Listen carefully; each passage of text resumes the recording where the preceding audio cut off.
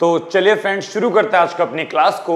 और आज की इस क्लास में हम लोग बिल्कुल एक नया चैप्टर शुरू करने जा रहे हैं जिसका नाम है टैक्स एंड एक्सपेंडिचर इंसिडेंट्स।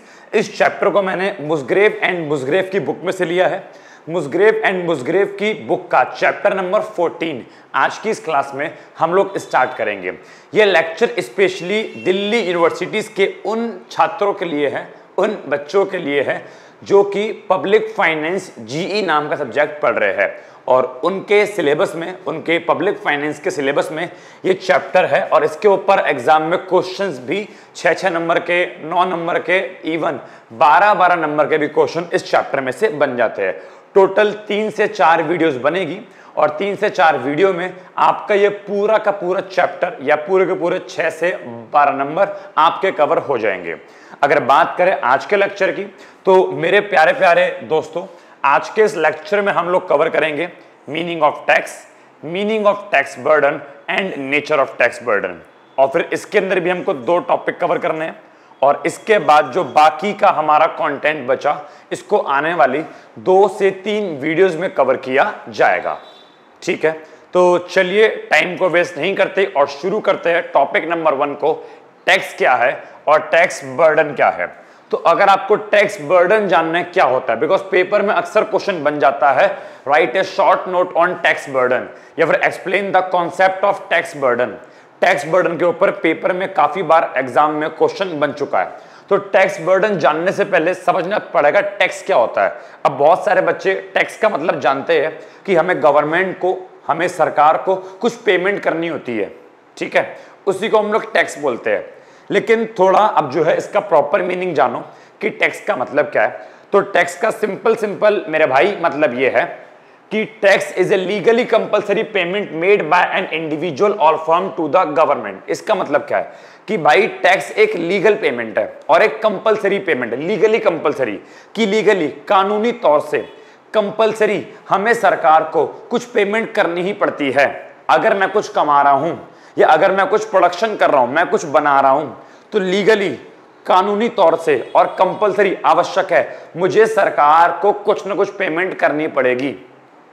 और तो और मैं पेमेंट तो करूंगा लेकिन बदले में मुझे सरकार से किसी भी प्रकार का कोई बेनिफिट प्राप्त नहीं होगा। फॉर एग्जाम्पल, अगर मैं गवर्नमेंट को टैक्स दूंगा, क्या बदले में गवर्नमेंट मुझे कोई बेनिफिट देगी? नहीं। टैक्स एक ऐसी पेमेंट है जो हम सरकार को करते तो हैं लेकिन बदले में किसी भी प्रकार के बेनिफिट को, किसी भी प्रकार के लाभ को एक्सपेक्ट नहीं करते। टैक्स पे करना हमारी एक ड्यूटी है कि अगर हम कुछ कमा रहे हैं, हम इस देश में रह रहे हैं, तो हमें गवर्नमेंट को टैक्स पे करना पड़ेगा ताकि सरकार भी देश को चला सके। और उस टैक्स के बदले हम सरकार से किसी भी प्रकार के कोई भी अपने पर्सनल बेनिफिट की अपेक्षा नहीं रखते। सरकार को मैंने टैक्स दिया तो उसका मतलब ये नहीं है कि सरकार अब मेरे लिए, सरकार पर्सनली मेरे लिए कुछ काम करेगी, कि सरकार मान लो पर्सनली मेरा बिजली का बिल माफ कर देगी, सरकार पर्सनली मेरे घर आके जो है मुझे खाना मेरी बात समझ में आ रहा है? ऐसा कुछ नहीं है।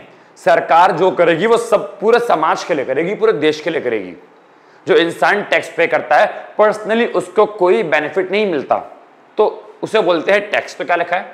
टैक्स क्या है? एक लीगली कंपलसरी पेमेंट है मेड बाय एन इंडिविजुअल, जो कि एक इंसान या फिर एक फर्म या फिर कोई कंपनी किसको, सरकार को पे करती है without expecting any benefit in return. और बदले में हम किसी भी प्रकार के बेनिफिट की अपेक्षा नहीं रखते कि हमें सरकार से कोई बेनिफिट मिलेगा, बस हमको टैक्स पे करना है, हमारी ड्यूटी है। टैक्स मेनली 2 टाइप के होते हैं, एक होता है डायरेक्ट टैक्स, एक होता है इनडायरेक्ट टैक्स। इसकी बात बाद में करेंगे कि ये 2 टाइप कौन कौन से होते हैं। हालांकि बहुत सारे बच्चे जानते भी होंगे बट कोई नहीं, इसकी बात हम आगे करेंगे, बाद में करेंगे। आज का टॉपिक हमारा ये नहीं है। तो होपफुली टैक्स का मीनिंग समझ में आ गया होगा। अब अगला बोलता है मीनिंग ऑफ टैक्स बर्डन। अब जब टैक्स का मीनिंग क्लियर है तो सिंपल सी बात है, टैक्स बर्डन का मीनिंग भी क्लियर हो गया होगा कि जिस इंसान को टैक्स पे करना है। फॉर एग्जाम्पल, मैंने 10 लाख रुपए कमाए और सरकार बोलती है कि प्रथम सर 10 लाख रुपए पे आपको 2 लाख रुपए का सरकार को टैक्स पे करना पड़ेगा। एज्यूम कर लो कि 10 लाख पे मेरे को 20%, 2 लाख का सरकार को टैक्स पे करना पड़ेगा। तो जो 2 लाख रुपए का मुझे सरकार को टैक्स पे करना है, ये 2 लाख रुपए क्या है? This is the tax burden on me. ये मेरे ऊपर क्या है? ये मेरे ऊपर टैक्स बर्डन है कि भाई ओहो 2 लाख रुपए सरकार को पे करने हैं, ये मेरे लिए क्या है? एक टैक्स बर्डन। तो टैक्स बर्डन क्या होता है? Tax burden is the amount of tax paid by a person, company और एंटिटी। कि जब कोई व्यक्ति, कोई कंपनी या फिर कोई और संस्था सरकार को टैक्स पे करती है, तो जितना भी टैक्स पे करती है, जितने भी अमाउंट का टैक्स पे करती है, उसको ही बोलते हैं टैक्स बर्डन। अगर मेरे को अमाउंट है मेरा ज्यादा, तो बोलूंगा मेरा टैक्स का बर्डन है ज्यादा। अगर मुझे टैक्स पे करना है कम, तो बोलूंगा मेरा टैक्स का बर्डन है कम। तो टैक्स बर्डन का मतलब हमें कितने अमाउंट का टैक्स गवर्नमेंट को, सरकार को पे करना है। इन अ स्पेसिफाइड पीरियड, एक निश्चित समय का होता है, considered as a proportion of total income in that period. For example, मान लो मुझसे बोला गया कि 2021-22 में जो आपने कमाया, तो मेरा क्या आ गया? मेरा पीरियड आ गया 2021-22 कि मेरा पीरियड क्या है? 2021-22 में जो भी मैंने टोटल इनकम कमाई, मान लो 10 लाख रुपए। कितने लाख रुपए? 10 लाख रुपए। तो उस 10 लाख का मुझे कुछ प्रपोर्शन, मान लो 20% मुझे सरकार को पे करना पड़ेगा। और इसी 2021-22 में, इस पीरियड में जो मैंने इनकम कमाई, उसका 20% एज अ टैक्स मुझे सरकार को पे करना पड़ेगा। 10 लाख का 20% दैट इज 2 लाख। तो 2 लाख क्या हो गया जी? 2 लाख हो गया मेरा टैक्स बर्डन। तो होपफुली टैक्स बर्डन क्या होता है समझ में आ गया होगा, जितना अमाउंट ऑफ टैक्स मुझे गवर्नमेंट को पे करना है। अब मुसग्रेव एंड मुसग्रेव की बुक में जो नेक्स्ट टॉपिक है वो है नेचर ऑफ टैक्स बर्डन। ठीक है, अगर आपके पेपर में टैक्स बर्डन का कॉन्सेप्ट पूछे, तो आपको यहां से स्टार्ट करना है टैक्स बर्डन से। और जो मैं पूरा पढ़ाऊंगा नेचर, फिर इसके अंदर भी 2 पार्ट है, ये वाला पूरा पार्ट और ये वाला पूरा पार्ट आपको पेपर में एक्सप्लेन करके आना पड़ेगा। अगर कम नंबर का पूछे तो कम नंबर का एक्सप्लेन करेंगे, ज्यादा नंबर का पूछे तो एक्सप्लेन करेंगे ज्यादा, लेकिन आपको टॉपिक सारे कवर करने हैं अपनी एक्सप्लेनेशन के अंदर। टॉपिक कवर ये भी करना है और टॉपिक कवर ये भी करना है। अब बात करते हैं नेचर ऑफ टैक्स बर्डन की, कि टैक्स बर्डन का नेचर कैसा है। तो यहां पे एक तो बात आ रही है ट्रांसफर ऑफ टैक्स बर्डन, या फिर हम इसको बोलेंगे, जो बुक में लिखी है हेडिंग, बुक में लिखा है tax burden and resources transfer.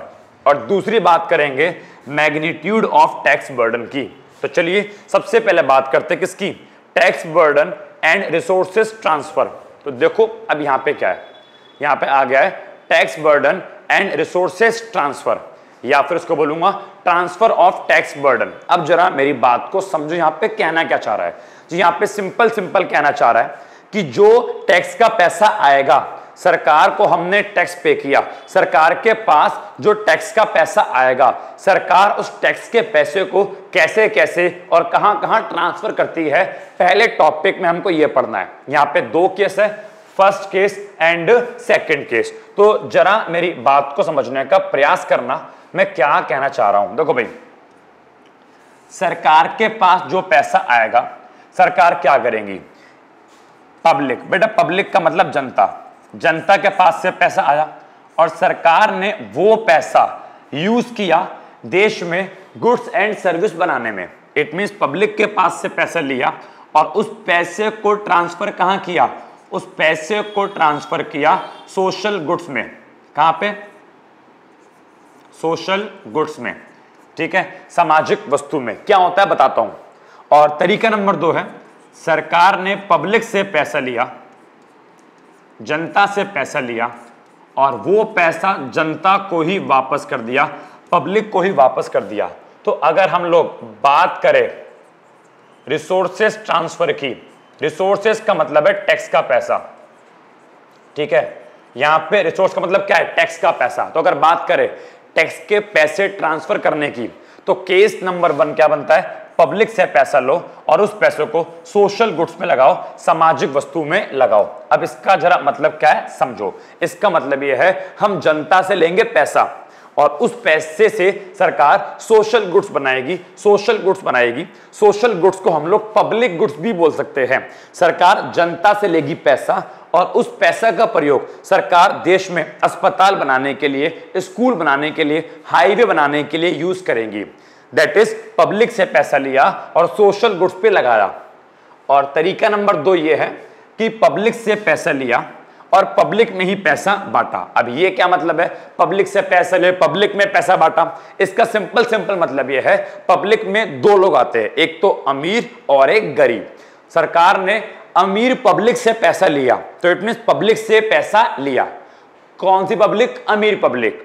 और वही पैसा पब्लिक में बांटा, लेकिन कौन सी पब्लिक? गरीब पब्लिक। इट मींस अमीरों से पैसा लिया और वो पैसे का ना तो स्कूल बनवाया, ना अस्पताल बनवाया, कुछ भी नहीं किया, और वो पैसा गरीबों में बांट दिया। तो एक होता है पब्लिक से लिया, पब्लिक में बांटा। तो यहाँ पे 2 तरीके से रिसोर्सेस ट्रांसफर हो सकता है। लेकिन यहाँ पे एक प्रॉब्लम आती है, जब पब्लिक से पैसा लेते हैं और उससे सोशल गुड्स में ट्रांसफर करते हैं, तो यहां पे अपॉर्चुनिटी कॉस्ट, मैंने एक शब्द का प्रयोग किया और वो शब्द क्या है? Opportunity cost. यहां पे अपॉर्चुनिटी कॉस्ट अराइज होती है। अब what do you mean by opportunity cost? इसको इकोनॉमिक्स में बहुत सारे बच्चे जानते होंगे। इकोनॉमिक्स का बहुत ही पॉपुलर वर्ड है अपॉर्चुनिटी कॉस्ट। नहीं पता तो समझ लो बेटा, किसी चीज को प्राप्त करने के लिए दूसरी चीज में जो सेक्रीफाइस मैंने किया, किसी चीज को प्राप्त करने के लिए दूसरी चीज को जो मैंने छोड़ा, तो जो मैंने सेक्रीफाइस किया, जो मैंने छोड़ा बच्चों, वही क्या है? Opportunity cost. बच्चों वही क्या है? अवसर लागत। किसी चीज को प्राप्त करने के लिए जो सेक्रीफाइस किया, दैट इज अपॉर्चुनिटी कॉस्ट। अब जरा मेरी बात को समझो, बहुत सिंपल से एग्जांपल पे। मेरे पापा ने मेरे को 2 ऑप्शन दिए कि या तो हमारे साथ ट्रिप पे चल, हम जा रहे घूमने, या फिर दोस्त के बर्थडे पार्टी में चले जा। अब ऑब्वियस ही बात है, दोनों में से मैं एक काम कर पाऊंगा। अगर मैं ट्रिप पे जाऊंगा तो दोस्त की बर्थडे पार्टी छोड़ दी, और अगर दोस्त की बर्थडे पार्टी में जाऊंगा तो ट्रिप मैं छोड़ दूंगा। इट मींस एक काम करूंगा और एक को छोड़ूंगा। तो एक काम करने के लिए दूसरे काम को मैंने छोड़ दिया। ट्रिप पे जाने के लिए बर्थडे पार्टी मैंने छोड़ दी, तो बर्थडे पार्टी जो मैंने छोड़ा, बर्थडे पार्टी मैंने छोड़ी, वही मेरी क्या है? वही मेरा सेक्रीफाइस है, वही मेरी क्या है? Opportunity cost. मैं सिंपल शब्द में बोलूं अगर आपकी आसान लैंग्वेज के लिए, तो आप इसको बोल दो कि जो आपने सेक्रीफाइस किया वही क्या है? आपकी अपॉर्चुनिटी कॉस्ट। अब पहले वाले केस में, जो फर्स्ट केस हम लोग पढ़ रहे हैं, ऐसा कहा जाता है कि यहां पे अपॉर्चुनिटी कॉस्ट अराइज होती है, यहां पे पब्लिक को सेक्रीफाइस करना पड़ता है। भैया कैसे करना पड़ता है? तो बेटा वो ऐसे करना पड़ता है कि फॉर एग्जांपल मान लो 10 लाख रुपए का मेरे ऊपर 10 लाख रुपए की मेरी इनकम है, 10 लाख की मेरी इनकम है, और 2 लाख रुपए का मेरे ऊपर टैक्स बर्डन है कि 10 लाख में से 2 लाख रुपए का मुझे टैक्स गवर्नमेंट को पे करना है। तो भाई मेरी बात समझो ना, अगर मैं 2 लाख रुपए का गवर्नमेंट को टैक्स पे कर दूंगा, अगर मैं 2 लाख रुपए का गवर्नमेंट को टैक्स पे कर दूंगा, तो मेरी जो ख्वाहिशें थी, मेरी जो डिमांड थी, मेरी जो इनकम थी, वो 2 लाख रुपए से कम हो गई, बिल्कुल कम हो गई, बिकॉज 2 लाख मैंने गवर्नमेंट को टैक्स पे कर दिया। अगर वो मैं टैक्स पे ना करता तो उस 2 लाख रुपए से मैं बहुत सारी चीजें खरीद सकता था, लेकिन क्योंकि मेरे ऊपर टैक्स का बर्डन आया कि मुझे टैक्स पे करना है, तो उस टैक्स को पे करने के वजह से, उस टैक्स को पे करने के लिए मैंने अपनी इच्छाएं मार दी। मैं 2 लाख का बहुत कुछ खरीद सकता था, लेकिन अब वो नहीं खरीद पाऊंगा बिकॉज मुझे 2 लाख रुपए का टैक्स पे करना है। तो यहां पे मैंने टैक्स पे किया, तो यहां पे मेरे को अपनी इच्छाओं को सेक्रीफाइस करना पड़ गया, अपनी वांट्स को सेक्रीफाइस करना पड़ गया। 2 लाख रुपए से मेरी वांट्स कम हो गई, 2 लाख रुपए से मेरी डिमांड कम हो गई, क्योंकि 2 लाख रुपए का मेरे को टैक्स पे करना पड़ गया। That is the opportunity cost. Simple सी बात है कि मान लो, एज्यूम करो, मैं आपको समझाऊं पहले ये क्या होता है, अपॉर्चुनिटी कॉस्ट क्या होता है। एज्यूम करो मेरी एक गर्लफ्रेंड है, उससे बहुत ही ज्यादा मतलब बहुत ही ज्यादा बढ़िया सा मैं प्यार करता हूं, प्रेम करता हूं, ठीक है। लेकिन मेरे कॉलेज में एक और लड़की आई, बढ़िया सी, अच्छी सी, स्वीट सी, सुंदर सी, और मैं उसकी तरफ मोहित हो गया, अट्रैक्ट हो गया। और उसको पाने के लिए, क्योंकि मैं एक लॉयल बंदा हूं, मैं एक ईमानदार बंदा हूं, और उस लड़की को पाने के लिए मैंने अपनी इस वाली गर्लफ्रेंड को छोड़ दिया कि तू जा, मैंने तेरे को छोड़ दिया, तू जा, कुत्ता होता ना अब्बा कुत्ता, उसको मैंने छोड़ दिया, तू जा, मेरे को नहीं तहत रहना। उसको पाने के लिए, जो नई नई कॉलेज में आई, उसको पाने के लिए, उसको उसकी तरफ जाने के लिए, उसे प्राप्त करने के लिए मैंने इसको छोड़ दिया। तो ये मेरी क्या है, this is what, this is my opportunity cost, जो सेक्रीफाइस किया। सिमिलरली इस एग्जाम्पल में 2 लाख रुपए का टैक्स पे करने के लिए, 2 लाख रुपए का टैक्स पे करने के लिए, कि 2 लाख का टैक्स पे करना है, तो मैंने अपनी इच्छाएं छोड़ दी, मैंने अपनी इच्छाओं का सेक्रीफाइस कर दिया कि नहीं यार टैक्स पे करना पड़ेगा, अदरवाइज सरकार बहुत मारेगी, हमको टैक्स पे करना पड़ेगा, तो पहले टैक्स पे करते हैं, अपनी इच्छाएं बाद में पूरी कर लेंगे, मुझे अपनी इच्छाओं को सेक्रीफाइस करना पड़ेगा। इट मींस क्या, केस नंबर 1 में अपॉर्चुनिटी कॉस्ट अराइज होती है। लेकिन ऐसा कहा जाता है केस नंबर 2 में अगर पब्लिक से पैसा लेंगे और पब्लिक को ही पैसा देंगे तो यहां पे अपॉर्चुनिटी कॉस्ट अराइज नहीं होगी। यहां पे क्या था, पब्लिक से पैसा लिया और सरकार को स्कूल, हाईवे, अस्पताल बनाना है, सरकार ने उस पैसे से स्कूल, हाईवे और अस्पताल बनाया, जिसकी वजह से उस इंडिविजुअल की इच्छाओं का सेक्रीफाइस हो गया। बट इस वाले केस में कहा गया कि पब्लिक से पैसा लोगे और पब्लिक को ही पैसा दोगे तो अपॉर्चुनिटी कॉस्ट का यहां पे सेक्रीफाइस नहीं होता, यहां पे अपॉर्चुनिटी कॉस्ट अराइज नहीं होती। बट मेरा मानना ऐसा नहीं है, मैं आपको बताता हूं क्यों। पहले देखते हैं किताब के अकॉर्डिंग, बुक के अकॉर्डिंग ऐसा क्यों कहा गया कि यहां पे अपॉर्चुनिटी कॉस्ट अराइज नहीं होती। बुक में क्या बोला गया, बुक में बोला गया है कि इस वाले केस में सेक्रीफाइस नहीं होता, जो आपकी अपॉर्चुनिटी कॉस्ट है वो अराइज नहीं होती। अब जरा क्यों, तो समझने का सब बच्चे एक बार प्रयास करेंगे कि यहां पे एग्जाम्पल क्या कहना चाह रहा है। बेटा मान लो कि हम, जो हमारी पब्लिक है, उस पब्लिक के पास बेटा मान लो, बहुत ध्यान सुनना, उस पब्लिक के पास बेटा मान लो 100 रुपए, कितने रुपए, 100 रुपए है।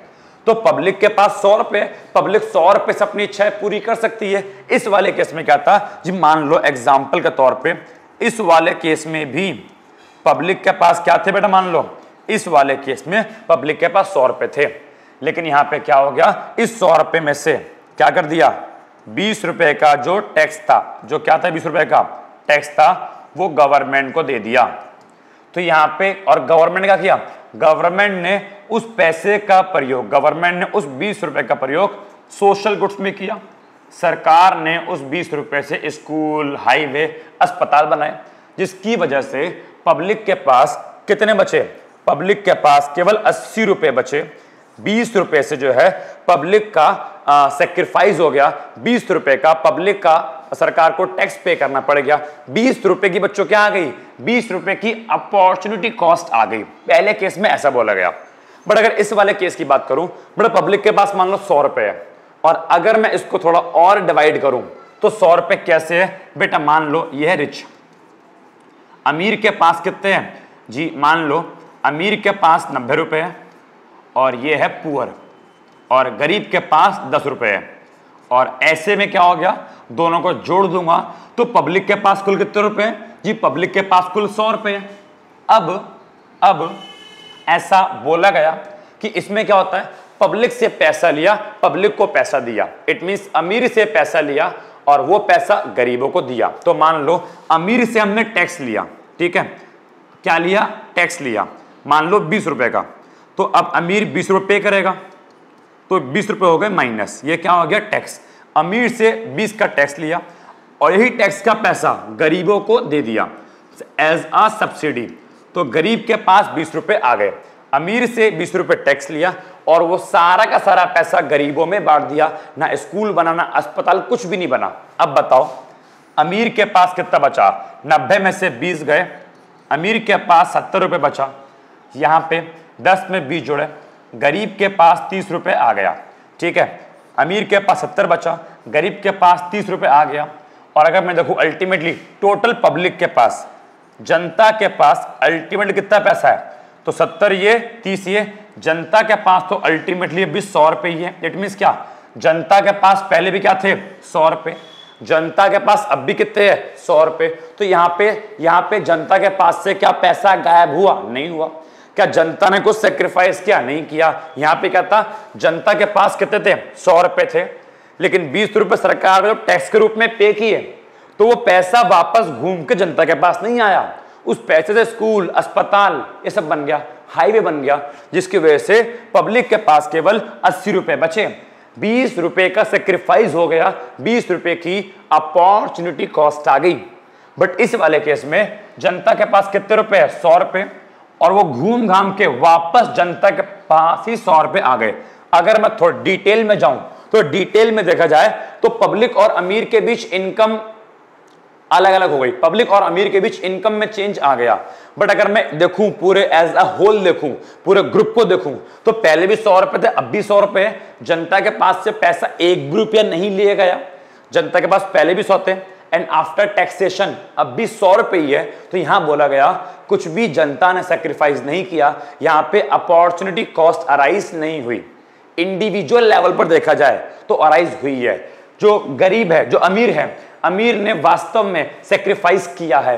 अमीर के पास इंडिविजुअल लेवल पे डिटेल में देखा जाए तो अमीरों की अपॉर्चुनिटी कॉस्ट अराइज हुई है, अमीरों के पास से पैसा गया है, अमीरों ने सेक्रीफाइस किया है। बट अगर एज अ होल देखा जाए तो there is no opportunity cost. तो होपफुली रिसोर्स ट्रांसफर के अंदर ये 2 पॉइंट बनते हैं, public to social goods and public to public, अच्छे से समझ में आ गया होगा। ठीक है, मैं चाहूंगा वीडियो पॉज कर लीजिए और आप इसको एक बार नोट कर लीजिए। ठीक है, अब यही बात जो है मैंने डायरेक्टली यहां पर लिखी है, एंड मैं चाहूंगा कि इसका स्क्रीनशॉट लीजिए, और क्योंकि थ्योरी है तो इस पूरे को आप अपने आप भी एक बार पढ़ सकते हैं। तो ये एक बार आप पूरा अपने आप पढ़ेंगे, इसका स्क्रीनशॉट ले लीजिए। चलिए, हो गया। मैं यहां पे बस आपको एक बात समझाना चाहूंगा कि यहां पे वर्ड मिलेगा आपको बार बार प्राइवेट सेक्टर, बट यहां पे प्राइवेट सेक्टर यहां मिल गया, देखो यहां मिल गया। यहां पे प्राइवेट सेक्टर का मतलब है वो लोग जिनसे हम लोग टैक्स ले रहे हैं। यहां पे प्राइवेट सेक्टर का बच्चों मतलब है जनता से, यहां पे प्राइवेट सेक्टर का बच्चों मतलब पब्लिक से। ठीक है, तो ही बोलता है कि यहाँ पे प्राइवेट सेक्टर के पास, जनता के पास जिन लोगों ने टैक्स पे किया उनको अपॉर्चुनिटी कॉस्ट उनके ऊपर आएगी। इसी प्रकार यहां पर बोला गया कि simply government collect tax from private sector. It means क्या? जनता, सरकार जनता से टैक्स कलेक्ट करेगी and return that amount to the private sector, और वो अमाउंट वापस जनता को ही, प्राइवेट सेक्टर को ही वापस कर देगी।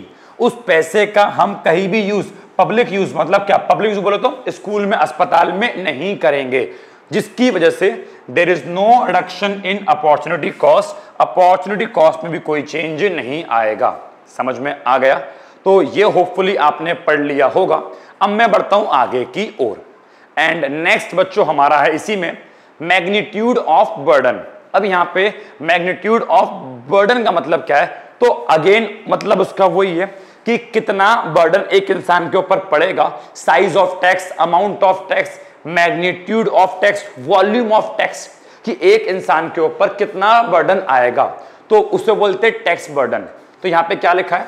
Magnitude of tax burden refers to the volume, amount या फिर साइज ऑफ टैक्स बर्डन, कि कितना हमारा टैक्स बर्डन है, टैक्स बर्डन ज्यादा है, टैक्स बर्डन कम है। There are some implication of magnitude of tax burden। अब इसके कुछ implication है, टैक्स बर्डन के, मैग्नीट्यूड ऑफ टैक्स बर्डन के कुछ implications है। अब वो implication क्या है? तो यहाँ पे 3 बातें बोली गई है।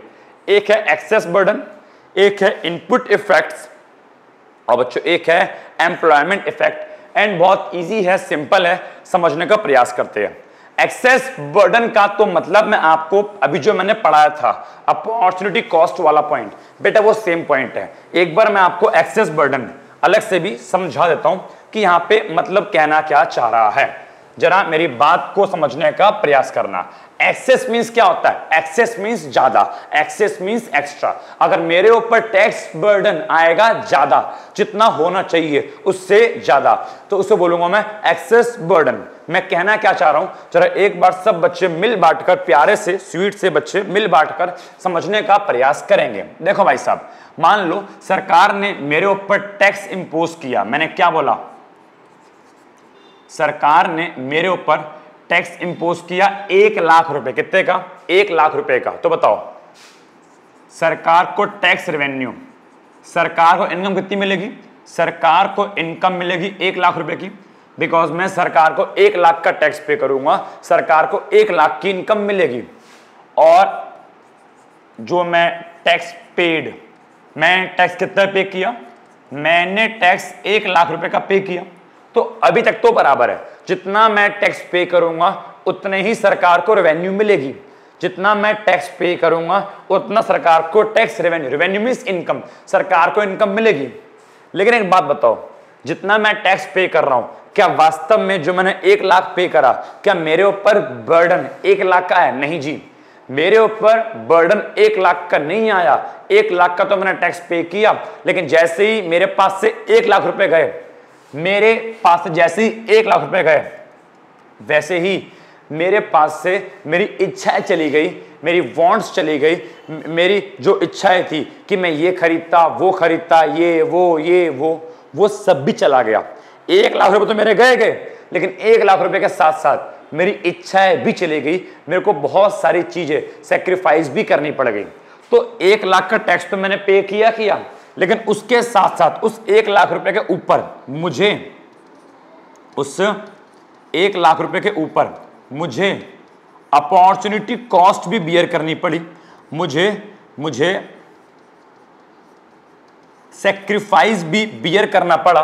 ठीक है, तो यहां पे देखा जाए, यहां पे अगर देखा जाए तो मैं इसको ऐसे बोल दूं, इसको टैक्स पेड ना बोल के इसको टैक्स बर्डन, कि जो मेरा बर्डन है 1 लाख का तो है ही है, 1 लाख का तो बर्डन है ही, बिकॉज 1 लाख का सरकार को टैक्स पे करना है, तो 1 लाख का तो है ही है। लेकिन 1 लाख के साथ साथ अपॉर्चुनिटी कॉस्ट भी मेरे लिए एक बर्डन है। जो सेक्रीफाइस किया वो भी एक तरह से मेरे लिए बर्डन है, बिकॉज जो इच्छा सेक्रीफाइस मैंने कर दी, अब मुझे कल को उन इच्छाओं को पूरा करना पड़ेगा जिनको मैं आज नहीं कर पाया। तो आज मेरे ऊपर एक बोझ और आ गया, एक बर्डन और आ गया कि मुझे भविष्य में ये इच्छाएं और पूरी करनी है। अगर 1 लाख रुपए होते तो आज मैं उन इच्छाओं को पूरी करता और मेरे ऊपर फ्यूचर में कोई बर्डन नहीं आता। मेरे पास से 1 लाख रुपए चले गए, जिसकी वजह से उन वांट्स का, उन इच्छाओं का बर्डन भी मेरे ऊपर आ गया कि इनको फ्यूचर में पूरा करना पड़ेगा। तो यहां पे देखा जाए, सरकार को केवल 1 लाख रुपए मिले, लेकिन मेरे पास केवल 1 लाख नहीं गए, 1 लाख के साथ साथ मेरे पास कुछ बर्डन भी बढ़ गया। तो मैं बोल सकता हूं यहां पर बर्डन है ज्यादा। इट्स नॉट अबाउट अमाउंट की बात नहीं है, अमाउंट के साथ साथ अपॉर्चुनिटी कॉस्ट, सेक्रीफाइस की भी बात है। तो मेरे ऊपर बर्डन पड़ा ज्यादा, सरकार को रेवेन्यू मिला कम, इसी को बच्चों बोला गया है एक्सेस बर्डन। तो टैक्स बर्डन की वजह से इंसान को एक्सेस बर्डन भी फेस करना पड़ता है। होपफुली एक्सेस बर्डन क्या है समझ में आ गया होगा। अगर आप लोग ध्यान से पढ़ेंगे तो यहां पे वही बात लिखी हुई है। ठीक है, एक बार मैं आपके लिए पढ़ देता हूं कि excess burden refers to the situation when total burden में exceed the revenue collected out of tax, कि टैक्स से सरकार को जो रेवेन्यू मिला उससे ज्यादा इंसान के ऊपर क्या आ गया, उससे ज्यादा इंसान के ऊपर टोटल बर्डन आ गया। इसे क्या बोला गया, इसको बोला गया एक्सेस बर्डन। यहां पे सिंपल सी बात है, suppose that 1 crore tax revenue is collected from a tax on cars from various consumer, कि मान लो जो कंज्यूमर है वो मार्केट में कार खरीदने जा रहे हैं और सरकार ने बोल दिया है कि कार पे जीएसटी चार्ज किया जाएगा। तो अब अगर मैं कार खरीदने जाऊंगा तो कार खरीदने के साथ साथ मुझे गवर्नमेंट को उस कार खरीदने पर जीएसटी भी पे करना पड़ेगा, मुझे उस कार खरीदने पर टैक्स भी पे करना पड़ेगा। एज्यूम दैट कार है 5 लाख की, एज्यूम दैट कार कितने की है, 5 लाख की, और मान लो मेरे को उस पर 20% जीएसटी, 5 लाख रुपए का 20%, मैथ आती है, 5 लाख का 20%, 1 लाख। मुझे 1 लाख का सरकार को टैक्स पे करना पड़ेगा। इट मींस 5 लाख रुपए की चीज मुझे गवर्नमेंट को 5 लाख रुपए की चीज लेने के लिए 6 लाख पे करने पड़ेंगे, 1 लाख रुपए एक्स्ट्रा पे करना पड़ेगा।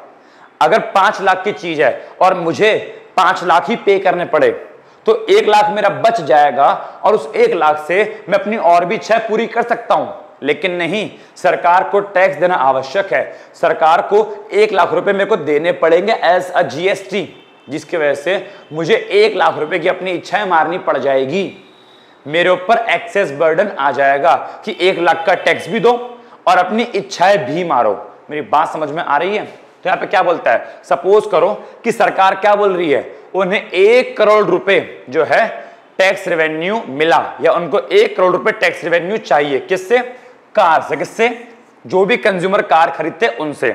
But the burden imposed will be larger because the tax interferes with consumer choice. लेकिन बर्डन जो कंज्यूमर के ऊपर आएगा वो 1 करोड़ नहीं आएगा। फॉर एग्जांपल सरकार ने बोला कि जो कंज्यूमर है, जो भी कार खरीद रहे हैं, इनसे 1 करोड़ रुपए का टैक्स चाहिए, तो कंज्यूमर 1 करोड़ का टैक्स तो दे देंगे, लेकिन कंज्यूमर के ऊपर बर्डन नॉट ओनली अमाउंट, केवल 1 करोड़ का, यहां पे लिखा है 1 लाख, 1 करोड़ का, मान लो क्या 1 करोड़ का, कि कंज्यूमर के ऊपर बर्डन बेटा 1 करोड़ का नहीं आएगा, उसके साथ साथ कंज्यूमर की चॉइस भी सेक्रीफाइस हुई, कंज्यूमर की वांट्स भी सेक्रीफाइस हुई। 1 करोड़ रुपए अगर कंज्यूमर से टैक्स ना लेते तो कंज्यूमर 1 करोड़ रुपए से अपनी इच्छाएं पूरी कर सकते थे, बट नहीं, अमाउंट के साथ साथ कंज्यूमर की इच्छा है, कंज्यूमर के चॉइसेस में सेक्रीफाइस आया। That is called what? That is called excess burden. समझ में आ गया? आगे बोलता है अब क्या होगा, अब इसको देखते हुए some people may not buy car, कुछ लोग कार खरीदेंगे ही नहीं, कुछ लोग कार खरीदेंगे ही नहीं। क्यों? वो ये बोलेंगे कि यार मैं नहीं खरीद रहा, यार 5 लाख की कार के लिए मैं 6 लाख रुपए क्यों दूं, 1 लाख रुपए एक्स्ट्रा क्यों दूं, मैं नहीं खरीद रहा। कुछ लोग कार नहीं खरीदेंगे बिकॉज उनको टैक्स पे करना पड़ रहा है और वो लोग टैक्स पे करना नहीं चाह रहे, जिसकी वजह से वो कार नहीं खरीद रहे। अब यहां पे आप बोलोगे सही तो है, कार नहीं खरीद रहे, लेकिन मेरे बच्चे यहां पे कार नहीं, आई एग्री, कार नहीं खरीद रहे, सरकार के पास पैसा नहीं जा रहा, सरकार को पैसा नहीं मिल रहा, सरकार के पास टैक्स रेवेन्यू जनरेट नहीं हो रहा, हम लोग सरकार को पैसा नहीं दे रहे क्योंकि हम कार नहीं खरीद रहे। लेकिन यहां पर भी तो मैंने अपनी इच्छा को सैक्रिफाइस किया, क्योंकि मैं तो कार खरीदना चाहता था, लेकिन सरकार इतना टैक्स मांग रही है कि मेरी कार खरीदने की इच्छा मर गई, कि मैं कार खरीदूंगा, सरकार को 1 लाख रुपए का टैक्स पे करूंगा, इससे अच्छा मैं कार खरीद ही नहीं रहा, मैं वापस चलूंगा पैदल, मैं बाइक से ही जाया करूंगा, मैं स्कूटर से ही जाया करूंगा, मैं ऑटो मेट्रो से ही जाया करूंगा, मैं कार नहीं खरीद रहा। वो कंज्यूमर दिल से अपनी इच्छा से कार खरीदना चाह रहा था, लेकिन टैक्स ज्यादा पे करना पड़ेगा, दैट्स वाई कंज्यूमर ने कार नहीं खरीदी। अगेन कंज्यूमर को अपनी सेक्रीफाइस करना पड़ा, कंज्यूमर को अपनी इच्छा मारनी पड़ी। अगेन देखा जाए तो कंज्यूमर के ऊपर एक बर्डन आया, हालांकि यहां पे अमाउंट का कोई बर्डन नहीं है, क्योंकि कंज्यूमर को टैक्स पे नहीं करना पड़ रहा, लेकिन उसकी इच्छा तो मर गई। वो जो कार खरीदना चाहता था अब कार खरीद नहीं पा रहा ना, क्योंकि उसको टैक्स पे करना पड़ जाएगा अगर वो कार खरीदेगा तो वही बात बोल रहा है कि अगेन यहां पे कंज्यूमर के ऊपर एक बर्डन क्रिएट हुआ, उसने अगेन अपनी इच्छाओं को मारा, उसने अपनी कार खरीदने की इच्छाएं छोड़ दी बिकॉज उसको टैक्स पे करना पड़ेगा। वही बात लिखी है कि कुछ लोग कार खरीदेगा ही नहीं because of the tax payable, कि उनको टैक्स पे करना पड़ेगा, दे पे नो टैक्स। अब कार नहीं खरीदेंगे देन दे पे नो टैक्स, वो टैक्स पे नहीं करेंगे, बट लेकिन their choice is sacrificed here, लेकिन अगेन उनकी चॉइस सैक्रिफाइस हो गई। They suffer a burden which is not reflected in the total revenue. उन्होंने बर्डन फेस किया, कौन सा बर्डन? कि वो कार नहीं खरीद पाए, ये उनके ऊपर एक बर्डन तो है, एक परेशानी तो है, उन्होंने परेशानी फेस करी, लेकिन इस परेशानी को हम रेवेन्यू में, हम अमाउंट में रिफ्लेक्ट नहीं कर सकते, क्योंकि सरकार को तो टैक्स पे किया ही नहीं, हमने कार खरीदी नहीं, सरकार के पास टैक्स गया नहीं, तो इसको हम अपने रेवेन्यू में, सरकार के रेवेन्यू में, सरकार की इनकम में रिफ्लेक्ट नहीं कर सकते। क्योंकि सरकार को पैसा नहीं मिला, लेकिन कंज्यूमर के ऊपर तो एक बर्डन पड़ गया ना, कंज्यूमर को तो अपनी चॉइस को सेक्रीफाइस करना पड़ गया। जी हां, समझ में आ गया। और अगला बोलता है कि क्या पता कुछ लोग ऐसे हैं, अदर्स में बाय अ चीपर कार, कुछ लोग ऐसे हैं जो कार खरीदना चाहते हैं लेकिन टैक्स पे करना पड़ जाएगा ज्यादा, इसके लिए वो कार खरीद रहे हैं सस्ती कार, चीपर कार, कि मैं चीपर कार खरीदूंगा तो टैक्स पे करना पड़ेगा कम। फॉर एग्जांपल मान लो वो 2 लाख रुपए वाली कार खरीद रहे हैं, जिसकी वजह से 2 लाख का 20% केवल 40,000 रुपए टैक्स पे करना पड़ेगा, क्योंकि वो सरकार को टैक्स ज्यादा पे करना नहीं चाहते, जिसकी वजह से क्या कर रहे हैं, सस्ती कार खरीद रहे हैं। लेकिन अगेन वही वाली बात, वो भी तो कहीं ना कहीं अपनी चॉइस को सेक्रीफाइस कर रहे हैं। वो वास्तव में बड़ी कार खरीदना चाहते थे, लेकिन बड़ी कार खरीदेंगे तो सरकार को टैक्स भी पे करना पड़ेगा ज्यादा, और वो लोग सरकार को टैक्स ज्यादा पे करना नहीं चाहते, जिसकी वजह से उन्होंने अगेन अपनी इच्छाओं को मारा और बड़ी कार को इच्छा को सेक्रीफाइस कर दिया और छोटी कार खरीद ली ताकि सरकार को टैक्स पे करना पड़े कम। समझ में आ गया। इस तो अगेन यहां पर भी तो कंज्यूमर के ऊपर एक बर्डन आया। तो दोनों ही केस में, चाहे कार नहीं खरीदी या फिर खरीदी तो सस्ती खरीदी, दोनों ही केस में कंज्यूमर को अपनी इच्छाओं को सेक्रीफाइस करना पड़ा। दोनों ही केसेस में कंज्यूमर को एक्सेस बर्डन सफर करना पड़ा। तो होपफुली एक्सेस बर्डन क्या होता है समझ में अच्छे से आ गया होगा। चलिए अब आते सेकंड पॉइंट पे, दैट इज इनपुट इफेक्ट।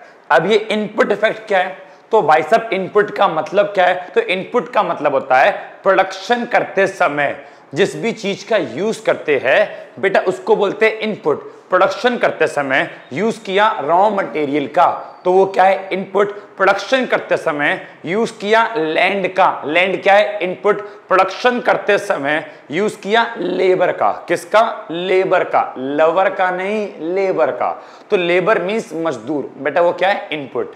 हालांकि लेबर और लवर दोनों मजदूर होते हैं। लेबर मजदूर अपनी फील्ड पे होता है और लवर मजदूर अपनी गर्लफ्रेंड के चक्कर में होता है। गर्लफ्रेंड उससे हजारों काम करवाती है और वो बेचारा बच्चा लवर प्यार में सारे काम करता रहता है। बेटा बॉयज आपको एडवाइस दूंगा, लवर मत बनो। Lover is equal to labour, lover मत बनो। अगर बनना है तो किसी के जीवन में हस्बैंड मटेरियल बनो। यू नो हस्बैंड मटेरियल क्या होता है? तो भाई वो बनो, लवर के चक्कर में मत पड़ो। क्योंकि याद रखना 6 पैक्स एब्स से ज्यादा लड़की 6 कार वाले को पसंद करेंगी। जिसके पास 6 कार होगी ना बेटा वो उसके साथ जाएगी। अगर आपके पास 6 पैक एब्स है तो आपके पास नहीं आएगी।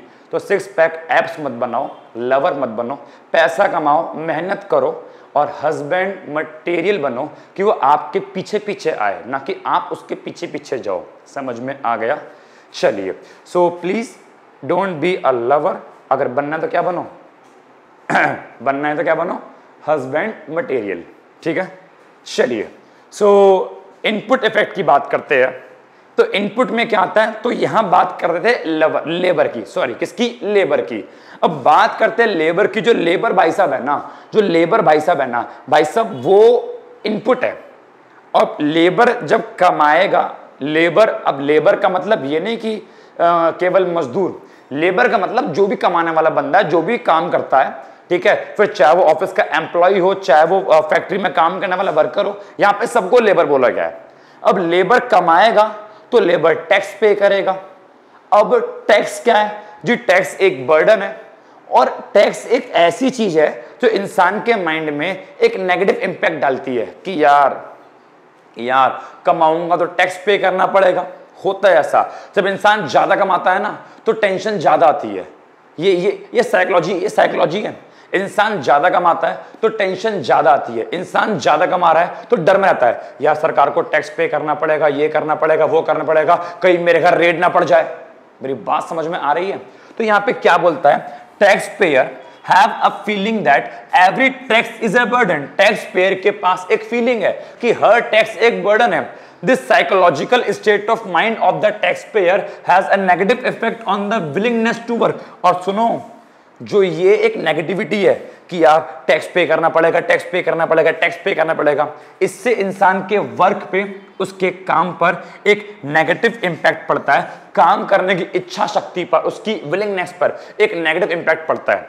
क्योंकि अगर उसके माइंड में ये है कि काम करूंगा ज्यादा तो पैसा कमाऊंगा ज्यादा, पैसा कमाऊंगा ज्यादा तो अबे यार सरकार को टैक्स पे करना पड़ेगा ज्यादा, तो उसके माइंड में क्या आता है, यार काम करता हूं कम, काम करता हूं कम तो पैसा कमाऊंगा कम, और पैसा कमाऊंगा कम, सरकार को टैक्स पे करना पड़ेगा कम, और क्या पता मैं टैक्स पे भी ना करूं, कि मैं इतनी कम इनकम कमाऊं कि क्या पता मेरे को टैक्स पे करना भी ना पड़े।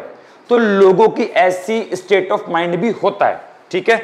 अब इससे इंपैक्ट उस इंसान पर तो पड़ ही रहा है, इससे इंपैक्ट उस इंसान पर तो पड़ ही रहा है कि वो कम कमा रहा है ज्यादा कमा रहा है, बट इससे इंपैक्ट कहीं ना कहीं देश की इकोनॉमी पर, देश के आउटपुट पर, देश के जीडीपी पर भी इंपैक्ट पड़ रहा है। क्योंकि अगर वो बंदा काम करेगा कम तो प्रोडक्शन होगा कम, प्रोडक्शन होगा कम तो देश का जीडीपी होगा कम, देश की नेशनल इनकम होगी कम।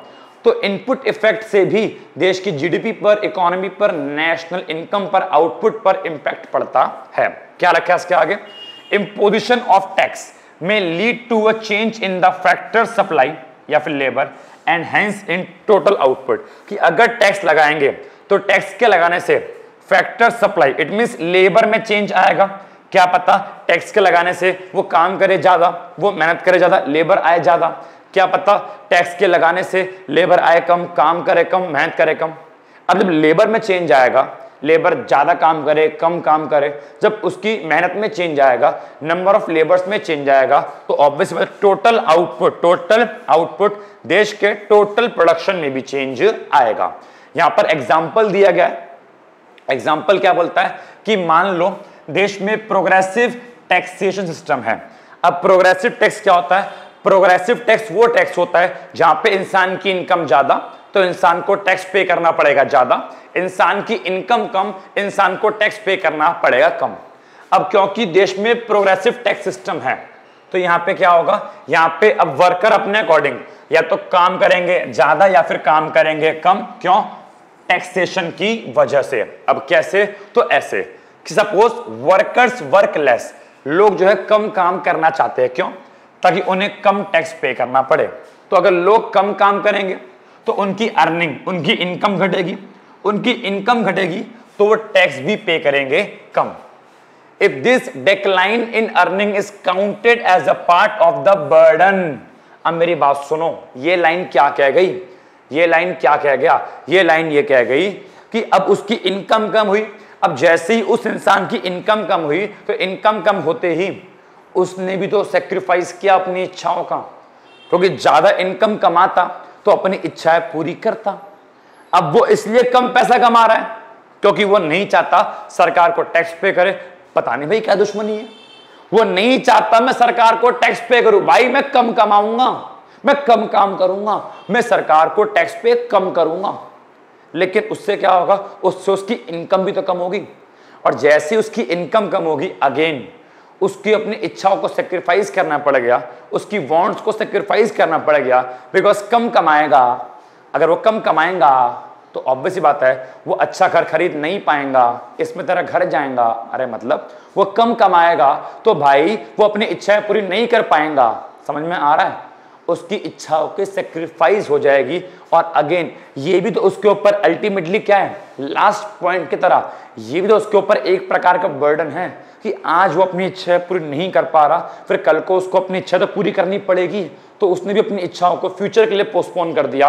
ये उसके ऊपर एक बर्डन आ गया, उसने भी अपनी इच्छा सेक्रीफाइस कर दी बिकॉज वो भी कम कमा रहा है।